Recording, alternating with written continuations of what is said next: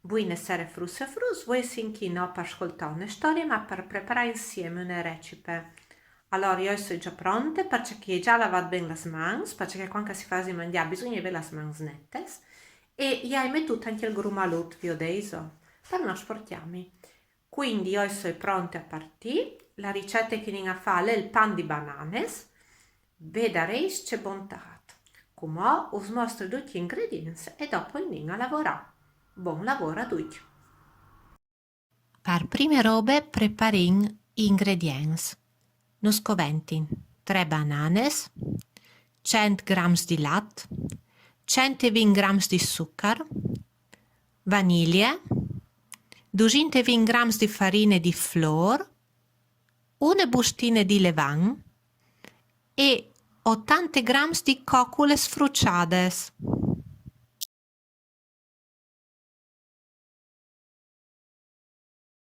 Poi chiolin una biela terrina grande.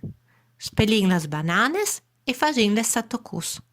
Giuntin il lat e il zucchero e con un piron, planchin planchin, i mandin tutti in flimines per far diventare una robe cremose.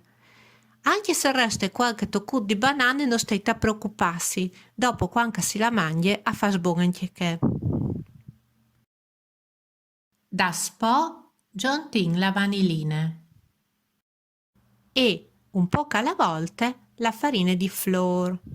Mescedant ben ben fin quando non si è tutte assorbite.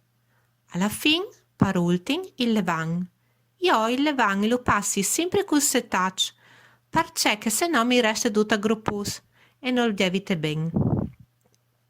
Per ultim, i giuntin las coccoles.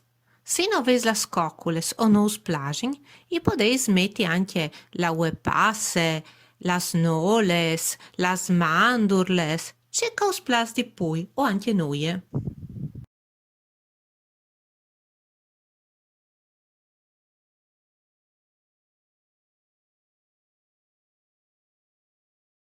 Poi i metti in tutta al forno a 170 gradi per 50 minuti e in tanti spettin e i pensin a troppo buon che le nostre pan di bananes.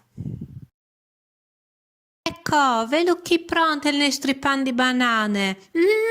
C'è buon odor. Non vi l'ora che si sfredi per mangiarlo? Queste meravigliose recipe che vi ho preparato insieme non le ho inventate io. Le ho chiappate di un altro canale YouTube che si chiama Cucina Botanica.